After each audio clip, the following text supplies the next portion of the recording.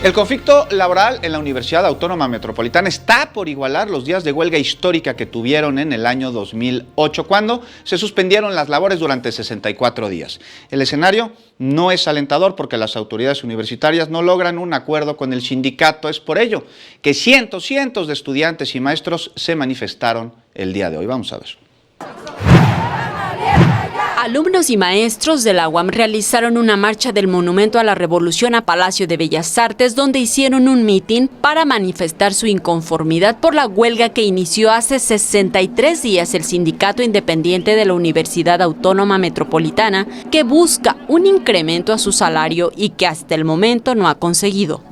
Pedimos que se abra la escuela, no solo Iztapalapa, sino todas las unidades, y que podamos tener una mejor comunicación entre el sindicato y los directivos de la UAM para poder llegar a una conclusión y finalmente resolver este conflicto.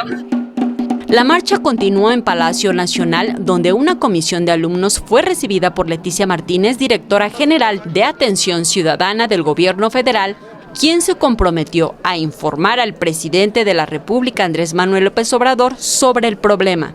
Mientras, otra comisión acudió a la Cámara de Diputados para que algún diputado pueda hablar de su caso ante el Pleno. Tenemos que resolverlo ya, porque ya la presión económica y nosotros como profesores, la cuestión educativa con nuestros alumnos es demasiada. ¡Clases sí, huelga no! La huelga afecta a más de 58,000 alumnos. En las imágenes, Manuel Hernández, Saray Mariscal, 21 Noticias.